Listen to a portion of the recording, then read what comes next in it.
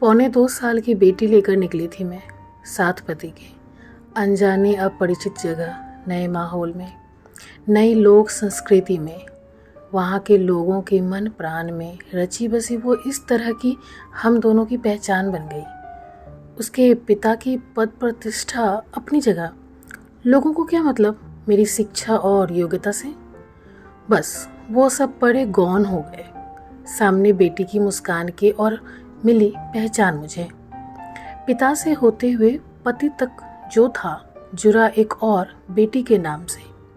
भावुक, उत्कंठित, हर्षित, गदगद हो उठे, जो कोई देखे आकर्षित, भावपूर्ण कर ले स्वीकार। भरा गजब का आत्मविश्वास, पूर्ण अधिकार। अच्छा, आपकी ही बेटी है? हम जानते इसे, बहुत कुछ देखा सुना है, प्यारी सी चंचलता भरी अनमोल शिष्टाचार कर देती अचंभित।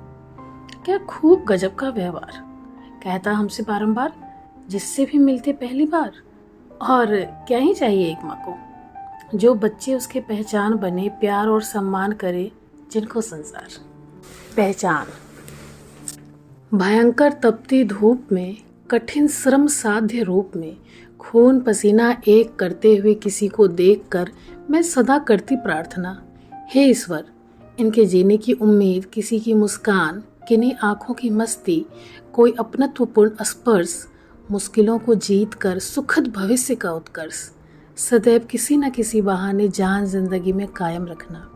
नहीं तो क्या बचेगा वरना, उम्मीद ही ना। नाम।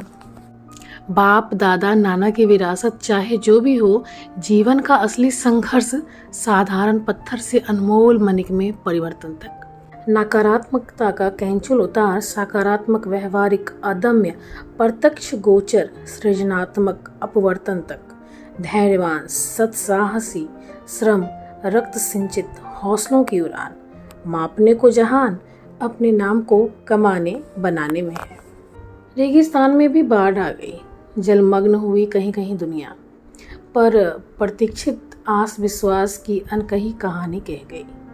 लोगों के आंखों में ढुलकते भादौ सावन आषाढ़ छा गए।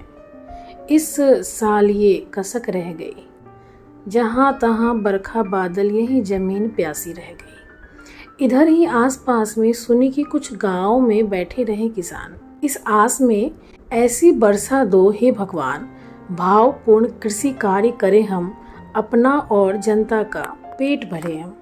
वो एहसास हुआ है कभी? कोई सृजन, कोई निर्माण अपनी पूर्णता के करीब पहुंचने से पहले विलुप्त विनष्ट हो जाए और आप बस अचंभित। हुआ कब, कैसे, जाने क्यों? हजारों सवाल उपलब्ध हों, उमड़ते घुमड़ते तूफान की तरह दिमाग में, देर तक उलझे रहें, बावजूद कुछ कर नहीं पाए, स्तब्ध, असमर्थ, बस देखते रह जाएं। कुछ वैसा ही जैसे मृतक शिशु के प्रसव वेदना की तरह, जिसमें सब कुछ हुआ, मातृत्व की छलकती नवजात किलकारियां गूंजे बिना, बस उस उद्देश्य की पूर्ति बिना, जिसके लिए जाने कितनी व्यवस्थाएं और कोशिशें हुई, बस निष्फलता के नाम पर, अनगिनत कोशिशों और सपनों के दाम पर। या फिर ये कुछ वैसा ही है जैसे पूरे रक्त श्रम सिंचित कृषक परिणामी फल की आस में हो और फसल बर्बाद हो जाए। भवन निर्माण में पूर्णतः समर्पित इंजीनियर, श्रमिक, शिल्पकार, पूंजी, श्रम, समय, व्यवस्था की सम्मिलित शक्ति ध्वंस और सब खाक हो जाए।